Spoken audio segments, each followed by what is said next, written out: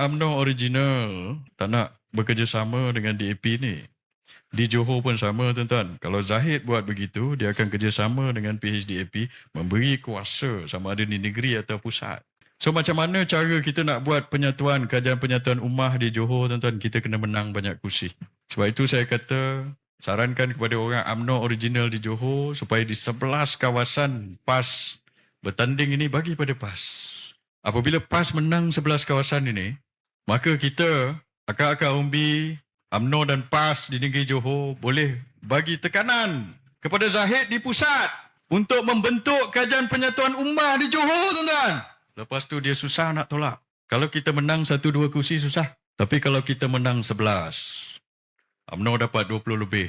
Dia tak boleh kata tidak. Kalau kita bagi kepada kursi-kursi yang UMNO ini, walaupun kita suka UMNO, sayang UMNO original ni, Zahid akan tetap bawa pergi dengan DAP. Walaupun tidak negeri tapi di pusat. Tapi kalau dia undi kita menang 11 kursi itu dah tentu-tentu tidak akan bagi sokongan kepada DAP. Betul tak tuan-tuan?